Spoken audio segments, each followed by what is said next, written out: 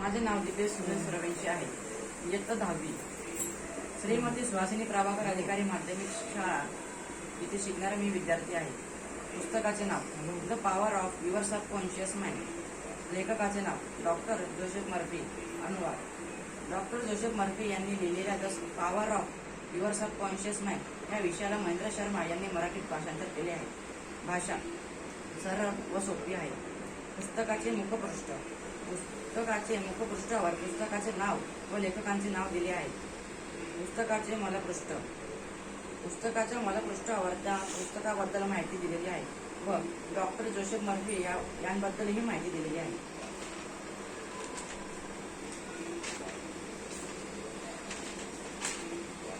विषय doctor Joseph Murphy यांचा the power of your subconscious mind या पुस्तकाचा सारांश हा संदेश देतो की सवयीचे विचार आणि प्रतिमा एखाद्याचे नशीब घडवते आणि ते त्यांच्या सुप्त मनात जे विचार करतात ते बनते.